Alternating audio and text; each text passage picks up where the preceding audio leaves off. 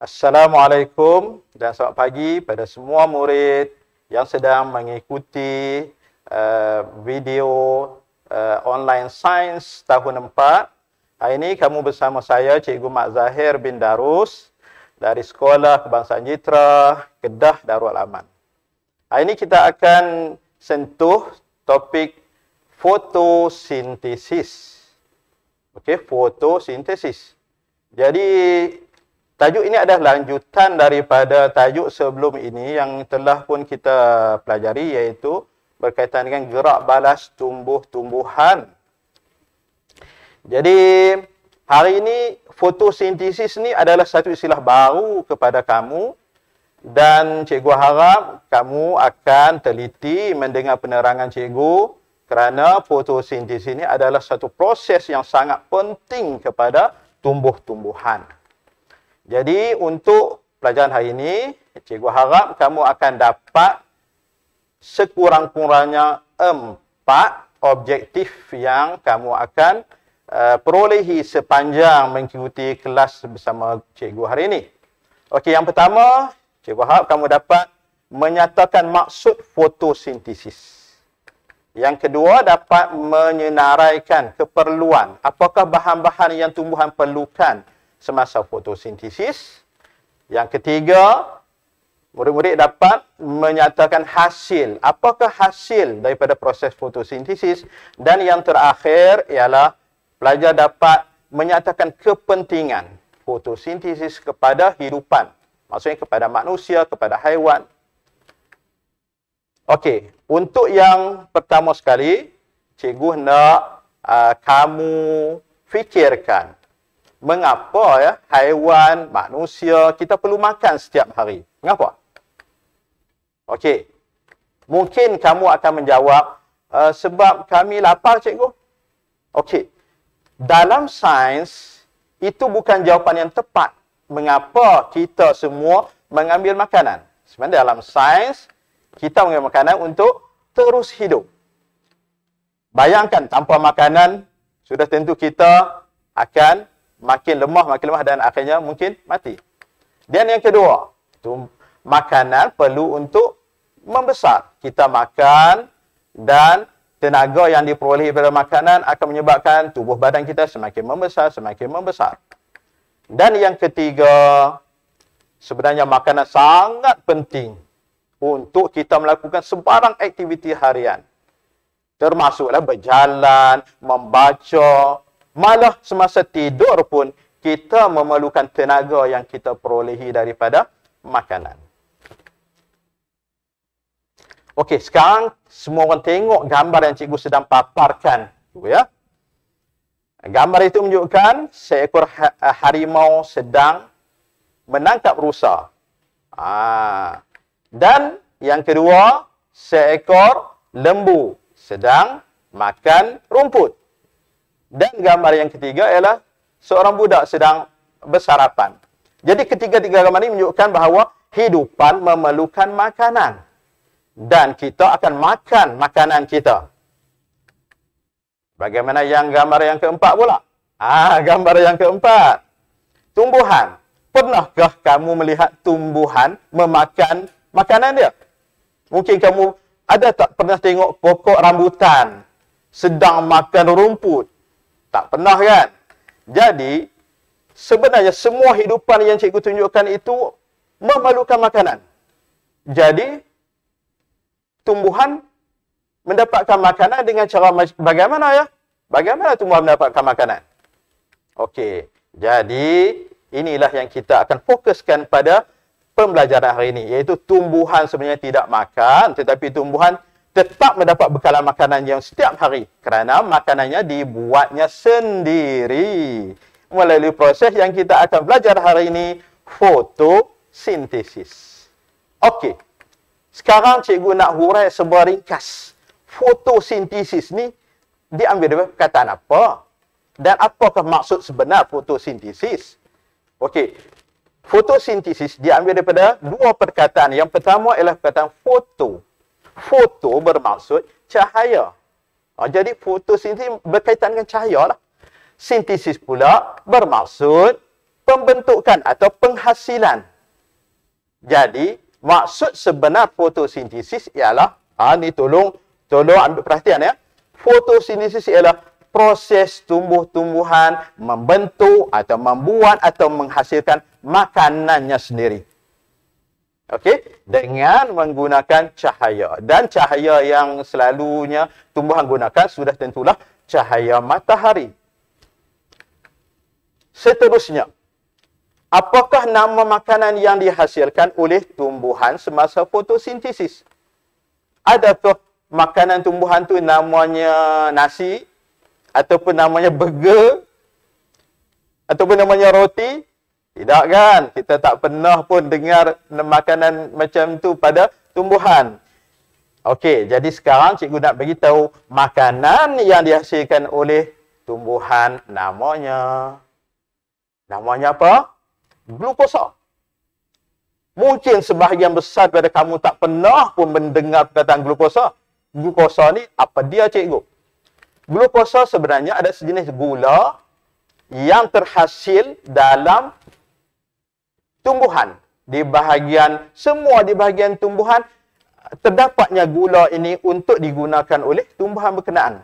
Dan sebenarnya untuk pengetahuan kamu semua, kita manusia, haiwan juga menggunakan glukosa yang terdapat di seluruh tubuh badan kita. Jadi sebenarnya hampir sama glukosa yang terdapat pada haiwan dan glukosa yang terdapat pada tumbuhan.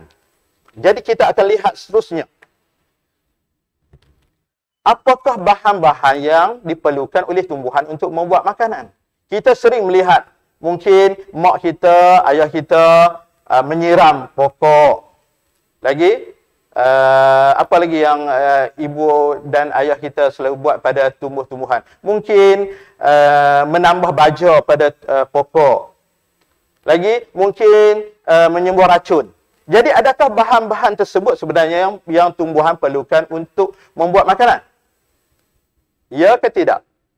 Okey, sebenarnya kita hendaklah memahami bahawa sebenarnya hanya 4 sahaja bahan yang tumbuhan perlukan untuk melakukan proses fotosintesis, iaitu air. Tadi cikgu sebutkan air ya. Lagi karbon dioksida. Cikgu harap tak ada pelajar yang terpinga-pinga dengan perkataan karbon dioksida sebab kita dah belajar bahawa karbon dioksida merupakan sejenis gas yang dihasilkan apabila kita bernafas. Jadi gas ini akan tersebar di persekitaran kita. Dan 2 bahan lagi apa dia ya? Okey, 2 bahan lagi ialah cahaya. Tadi kita dah sebut untuk melakukan fotosintesis, tumbuhan memerlukan cahaya. Dan bahan yang keempat, klorofil. Ini pun satu perkataan yang baru kepada kita. Klorofil ni apa dia ya? Klorofil, cikgu akan jelaskan secara ringkas dulu, nanti cikgu akan terang lagi, adalah bahan yang terdapat pada daun. Bahan ini yang membantu untuk cahaya diperangkap pada tumbuhan. Okey, seterusnya. Sekarang semua murid cikgu nak buka muka surat 77 pada buku teks anda untuk kita sama-sama lihat tentang 4 bahan yang digunakan oleh tumbuhan untuk melakukan proses fotosintesis. Okey, yang pertama tadi ialah karbon dioksida. Gas dalam udara yang masuk melalui daun. Jadi gas ini akan masuk melalui daun. Okey? Daun dia ada 2 permukaan, atas dan bawah. Gas karbon dioksida akan masuk melalui bahagian bawah daun yang mempunyai liang-liang halus. Okey? Seterusnya ialah air. Dia tulis di situ air diserap masuk melalui akar. Jadi, semua tumbuhan akan menyerap air yang berada dalam tanah melalui sistem akarnya dan air tadi dibawa masuk ke seluruh bahagian tumbuh-tumbuhan. Seterusnya ialah cahaya matahari. Dinyatakan situ, cahaya matahari merupakan sumber utama tenaga. Sebab apa disebut tenaga ya? Sebab apa dia tak kata sumber cahaya ya? Sebab apa dia sebut tenaga? Okey, ini sangat penting ni. Proses fotosintesis berlaku memerlukan suatu bentuk tenaga. Tanpa tenaga, maka tak akan berlakulah proses fotosintesis. Cikgu bagi analogi mudah untuk kamu. Kamu biasa tengok ibu kamu memasak nasi. Okey, nasi, untuk menghasilkan nasi, kita memerlukan dua bahan mentahnya. Apa dia murid-murid? Bahan pertama ialah beras. Bahan kedua, air. Secara asalnya dua bahan ini saja diperlukan untuk menghasilkan nasi. Dan untuk menghasilkan nasi, kita mestilah masukkannya di bawah api. Dan sebenarnya, bila kita masukkan nasi dan air ke dalam periuk, periuk tadi yang dibuat pada logam akan menyerap tenaga haba daripada api.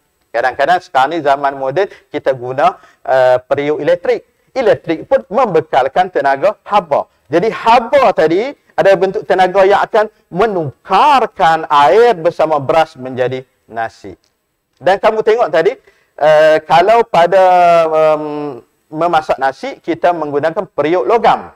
Bagi tumbuhan pula, dia memerlukan sejenis bahan yang boleh memerangkap tenaga cahaya daripada matahari, iaitu bahan yang keempat, namanya klorofil. Iaitu klorofil ini berfungsi untuk memerangkap tenaga cahaya yang dipancarkan oleh matahari. Okey, seterusnya. Ini cikgu terangkan dengan lebih terperinci bagaimana tenaga tadi boleh diperangkap, tenaga cahaya matahari boleh diperangkap oleh tumbuhan. Jadi pada daun, pada daun terdapat sel-sel daun, dan di dalam sel daun itu terdapat bahagian yang berwarna hijau, pigmen yang berwarna hijau. Memang kita tak boleh nampak pigmen ini dengan menggunakan mata kasar. Cuma apabila terlalu banyak pigmen ini pada sehelai daun, maka kita nampaklah keseluruhan daun itu berwarna hijau. Jadi bermaksud tanpa klorofil, mungkin daun tadi tidak akan berwarna hijau. Okey. Seterusnya, bagaimana proses fotosintesis ini berlaku dalam tumbuhan? Di sini cikgu akan terangkan secara ringkas sahajalah bagaimana proses ini berlaku. Nanti cikgu akan lebih terperinci penerangannya.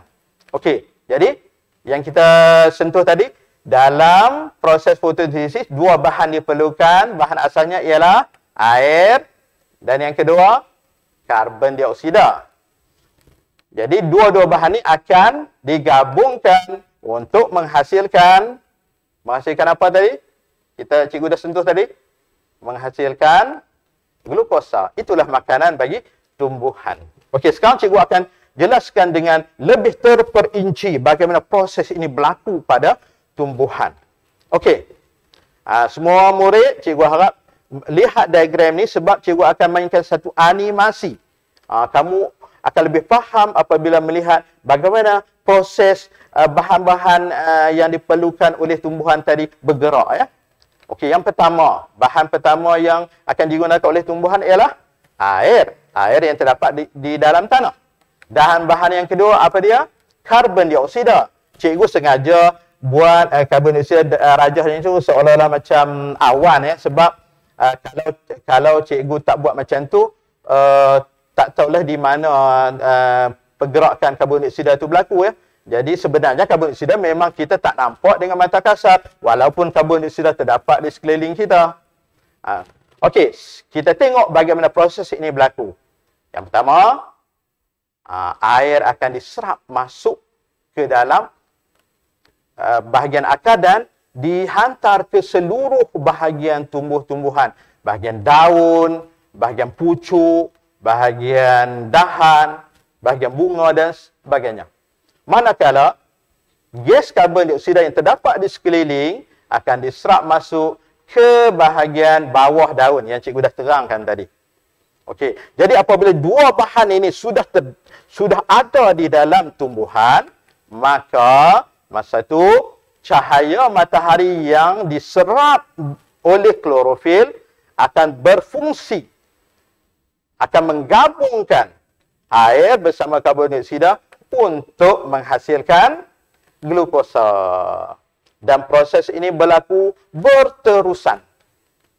Okey? Dan kita dah tahu bahawa glukosa ini diperlukan oleh semua bahagian tumbuh-tumbuhan. Walaupun glukosa dihasilkan mungkin di bahagian daun dan batang, tetapi glukosa akan dihantar ke semua bahagian tumbuh-tumbuhan, ke bahagian buah, ke bahagian akar, ke bahagian batang dan sebagainya. Dan yang ni belum lagi cikgu sentuh penjelasan yang terperinci. Selain pada glukosa, proses fotosintesis juga menghasilkan satu lagi bahan yang sangat penting kepada hidupan, kepada manusia, kepada haiwan. Apa dia? Ya, terpampang di situ oksigen. Oksigen ialah sejenis gas yang sangat kita perlukan untuk bernafas. Boleh kamu bayangkan kita bernafas tanpa oksigen? Seperti di dalam air, penyelam. Dia bernafas terpaksa menggunakan tangki oksigen sebab dia tidak boleh mendapat gas oksigen di dalam air. Tetapi di persekitaran kita tak perlu menggunakan tangki oksigen. Sebab apa? Sebab gas oksigen sentiasa terdapat di persekitaran kita. Okey, jadi secara ringkasnya ini ialah kamu tengok paparan di bawah tu ialah persamaan ringkas bagaimana berlakunya proses fotosintesis. Okey, dua bahan akan digunakan oleh tumbuhan iaitu air dan karbon dioksida. Dengan adanya cahaya matahari bersama klorofil, maka dua-dua bahan ini akan digabungkan menggunakan tenaga yang terdapat dalam cahaya matahari itu untuk menghasilkan glukosa. Dan hasil yang kedua ialah oksigen. Okey? Okey, jadi seterusnya soalan yang seterusnya. Adakah jumlah glukosa yang dihasilkan oleh tumbuhan ini mencukupi? Cukup ke tidak? Okey? Adakah macam kita manusia, kadang-kadang kita makan sepinggan nasi dah cukup. Tapi kadang-kadang sepinggan belum cukup. Kita perlu tambah lagi. Jadi untuk tumbuhan, adakah glukosa yang dihasilkan itu, makanannya itu sudah cukup untuk digunakan oleh tumbuhan tersebut? Okey. Cukup ke tidak? Okey, sebenarnya jumlah glukosa yang dihasilkan itu sangat mencukupi, malah lebih lagi. Okey, malah sebahagian besar glukosa yang dihasilkan oleh tumbuhan tadi akan ditukar kepada bentuk kanji, iaitu bentuk simpanan makanan dalam tumbuh-tumbuhan. Jadi tumbuhan dia tidak perlulah mengambil makanan dari tempat lain. Apabila ia mengalami kekurangan makanan, maka makanan dalam bentuk simpanan iaitu kanji sudah ada dalam tumbuhan tersebut. Dan biasanya kanji ini disimpan di beberapa bahagian tumbuhan seperti di daun, di batang, di buah, di ubi, di akar, bunga, biji benih dan sebagainya. Dan kalau kamu tengok rajah yang pertama tu, cikgu tunjukkan gambar apa tu?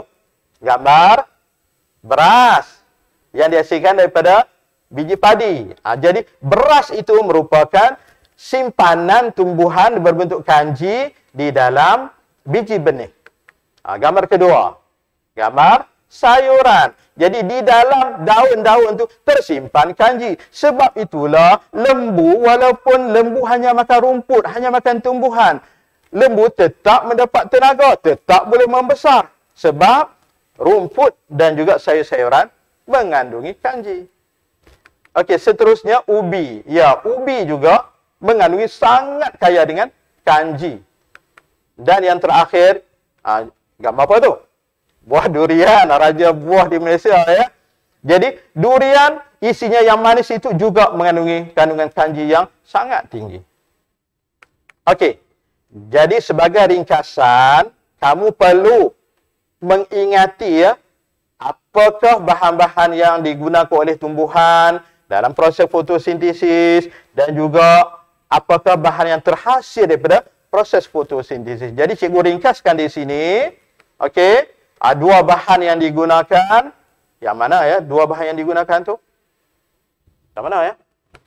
Okey, air dan karbon dioksida. Okey, seterusnya dua keperluan fotosintesis. Apa dia? Keperluan yang tercatat di situ. Okey, apa dia?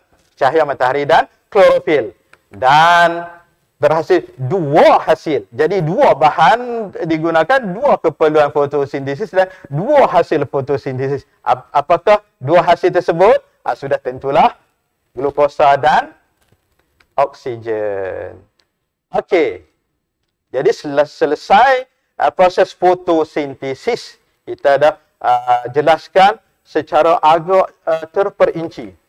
Okey, sekarang kita nak lihat apakah kepentingan fotosintesis kepada hidupan, kepada manusia, kepada haiwan dan kepada tumbuhan sendiri. Pentingkah? Ya, sebenarnya fotosintesis sangat penting. Ada 3 kepentingan yang tercatat dalam buku teks di muka surat 80 dan 81 ya. Semua murid rujuk muka surat yang cikgu sebutkan tu. Okey, kalau kamu baca ya, di muka surat 80, burung itu bercakaplah seolah-olah dia kata apa? Syukurlah tumbuh-tumbuhan di sini hidup dengan suburnya. Dapatlah kita makan makanan yang dihasilkan oleh tumbuh-tumbuhan. Jadi, menunjukkan bahawa haiwan mendapat manfaat daripada buah-buah dan juga segala hasil yang dihasilkan oleh tumbuh-tumbuhan. Ayam makan buah, kambing makan rumput. Malah kita manusia pun kita makan nasi daripada padi ya. Okey, seterusnya kepentingan yang kedua. Di muka surat 81. Okey, kita tengok situasi yang atas sekali tu. Okey, situasi dia tulis situasi 2 tu. Pokok tu seolah-olah bercakap kepada ada seorang pelajar perempuan yang sedang makan di atas batu tu ya. Dia kata apa? Kami membekalkan oksigen untuk manusia dan haiwan bernafas. Itu kepentingan yang kedua ya. Apa dia? Apa yang maksud percakapan oleh tumbuhan tadi tu? Maksudnya, tumbuhan membekalkan oksigen kepada semua hidupan di permukaan bumi ini. Kepada manusia, kepada haiwan untuk bernafas. Bayangkan, kalau tanpa tumbuhan yang menghasilkan oksigen, di mana kita nak mendapat bekalan oksigen untuk bernafas setiap hari ya. Okey. Seterusnya, kepentingan yang ketiga. Juga di muka surat yang sama, rajah yang di bawah sikit tu, kita tengok pokok yang kedua pula tu. Pokok yang kedua mengatakan apa? Kami juga menyerap karbon dioksida untuk proses fotosintesis. Oleh itu, keseimbangan udara di alam ini dapat direkodkan. Okey. Jadi keseimbangan bagaimana tu? Okey, kita tahu bahawa semasa kita bernafas, kita menggunakan oksigen, menggunakan gas oksigen. Pada masa yang sama, kita akan membebaskan gas karbon dioksida. Jadi cuba bayangkan, kalau setiap hari kita bernafas, kita guna oksigen yang terlalu banyak. Lama-kelamaan sudah tentu akan habis. Tetapi berlaku keseimbangan di sini di mana pokok pula, tumbuhan pula membebaskan gas karbon dioksida setiap hari. Jadi kita akan menggunakan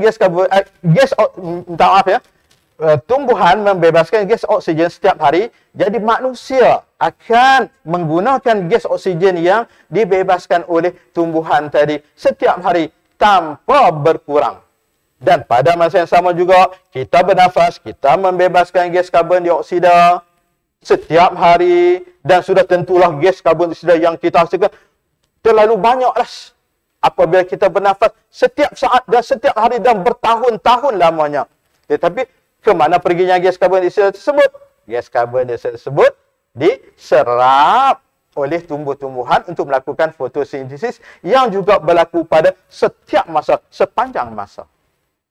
Jadi, itulah kepentingan proses fotosintesis yang berlaku di sekeliling kita untuk manfaat pada semua hidupan di muka bumi ini.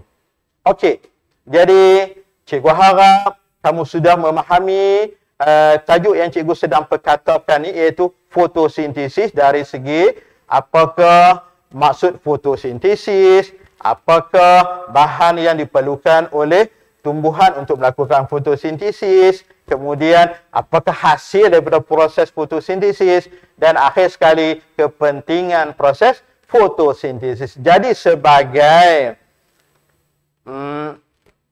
penugasan kepada semua murid, cikgu di sini berkongsi sedikit latihan untuk menguji tahap kefahaman semua murid.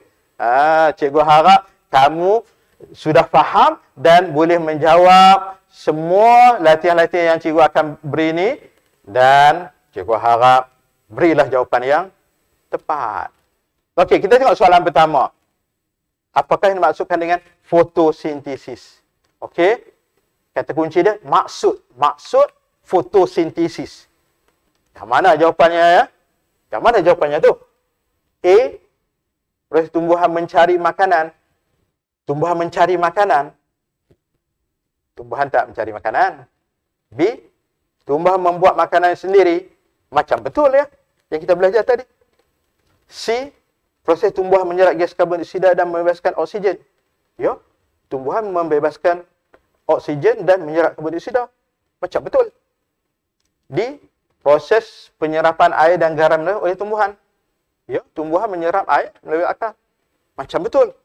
Habis tu, adakah jawapannya B, C dan D? Ya. Sebenarnya jawapannya ialah B. Sebab apa? Sebab kita tengok balik pada soalan pertama tadi itu, kata kuncinya ialah maksud. Jadi maksud fotosintesis ialah jawapannya B. Okey, seterusnya kita tengok soalan yang kedua. Okey, soalan yang kedua. Ada 4 bahan, air, baja, karbon dioksida dan oksigen.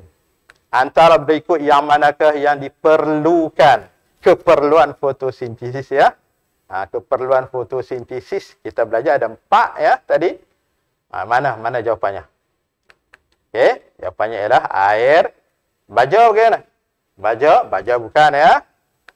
Karbon dioksida. Oksigen yang kita belajar tadi bukan bahan yang diperlukan. Sebenarnya dia adalah bahan yang dihasilkan. Jadi, jawapannya sudah tentulah B, K dan M. Okey, soalan seterusnya. Terdapat sejenis pigmen warna hijau di dalam tumbuhan yang diperlukan semasa proses fotosintesis. Apakah pigmen tersebut? Ini senang. Ini soalan yang sangat senang. Melainkan pelajar tidak memahami penerangan cikgu tadi ya. Jadi jawapannya sudah tentulah D, klorofil. Okey, seterusnya. Apakah yang dihasilkan semasa proses fotosintesis? Okey, kata kuncinya dihasilkan hasil fotosintesis. Jelas di sini jawapannya ialah apa murid-murid? Ialah B, iaitu oksigen dan glukosa. Okey, yang kelima. Persamaan tindak balas fotosintesis. Tadi pun cikgu dah tunjukkan dah. Okey. Apakah yang diwakili oleh X? Di mana X? Di situ tu. X tu yang cikgu bulatkan tu. Hasilnya oksigen dan apa ya? Pun mudah jawapannya iaitu glukosa. Okey, seterusnya.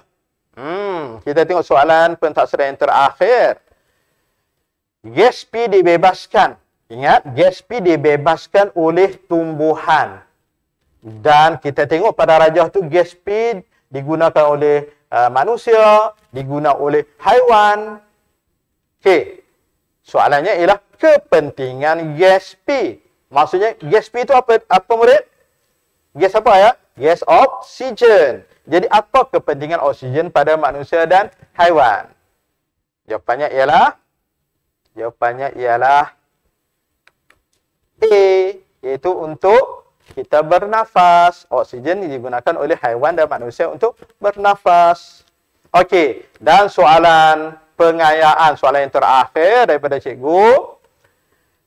Okey, baca betul-betul. Didapati bahawa tumbuhan A tidak dapat menjalankan proses fotosintesis. Ada dua tumbuhan di situ, A dan B. Di mana bezanya? Bezanya ialah tumbuhan A telah ditutup dengan bekas kaca dan di dalamnya terdapat sejenis bahan yang dilabelkan sebagai kalium hidroksida. Cikgu tak ajar tadi, tetapi kamu mestilah mengetahui apakah fungsi kalium hidroksida di dalam penyiasatan kita ni. Okey, sebenarnya kalium hidroksida adalah sejenis bahan kimia yang akan menyerap gas. Gas apa ya? Gas karbon dioksida. Jadi, di dalam bekas kaca A itu, semua gas karbon dioksida akan habis diserap oleh kalium hidroksida. Menyebabkan tumbuhan A tidak dapat bahan yang dia perlukan, iaitu karbon dioksida. Jadi cikgu harap semua murid yang mengikuti kelas cikgu pada hari ini dapat memahami, menguasai bagaimana proses fotosintesis berjalan dan apakah yang diperlukan, dihasilkan dan seterusnya, kepentingan proses fotosintesis. Jadi, sebagai kata-kata perangsang, sama-samalah kita bersyukur dengan proses fotosintesis yang berjalan sepanjang hari untuk manfaat kita manusia. Dan sama-samalah kamu melihat tayangan video bagaimana percambahan tumbuhan yang berlaku dengan pantas dalam masa beberapa hari sahaja. Tumbuhan sudah boleh menjalankan proses fotosintesis yang memberi manfaat pada semua makhluk yang hidup di muka bumi ini. Jadi sekian daripada cikgu. Sehingga berjumpa lagi. Sekian. Assalamualaikum warahmatullahi wabarakatuh.